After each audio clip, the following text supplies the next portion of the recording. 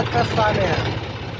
नहीं नहीं, मालगाड़ी हरियाणा घूमने जा रही है।